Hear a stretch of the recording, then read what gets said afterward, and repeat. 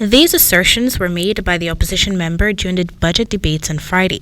As the curtains closed on debates, which began on Monday, Forde reiterated his party's position that the budget does not provide a blueprint for the better and one Guyana being promoted by the government.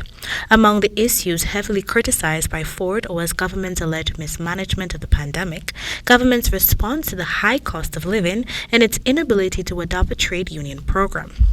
More so, he passionately condemned the move to remove the 2% withholding tax on resident contractors. In his budget speech last Wednesday, the senior minister in the office of the president with responsibility for finance, Dr. Ashni Singh, referred to the withholding tax, which was implemented under the coalition, as punitive. However, Forde argued that the government has a history of imposing punitive taxes on the Guyanese people, evident in the implementation of the 16% value-added tax, which was reduced by 14% by the APNU AFC.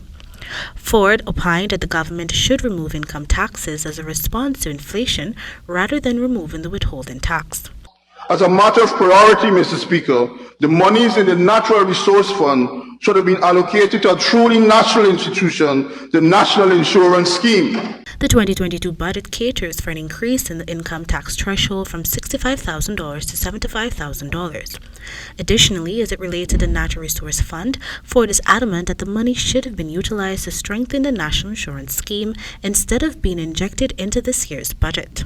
It is important to note that all of the country's existing oil revenues has been utilized in budget 2022, a total of $126.7 billion.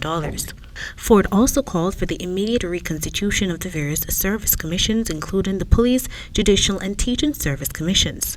Interestingly, Vice President Barjagdeo stated on Thursday during a press conference that he expects those commissions to be re-established before the end of the year.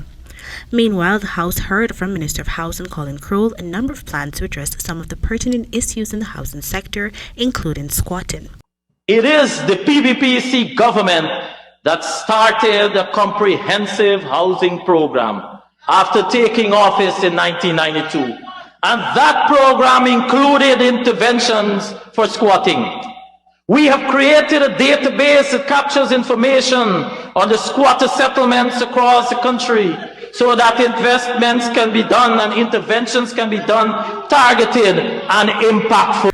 Presentations were also made by Minister of Parliamentary Affairs and Governance, Gail Teixeira, who expressed disdain at the opposition's negative response to the budget, opining that they have no moral compass to judge it. For the HTP Nightly News, Kendell, Richmond.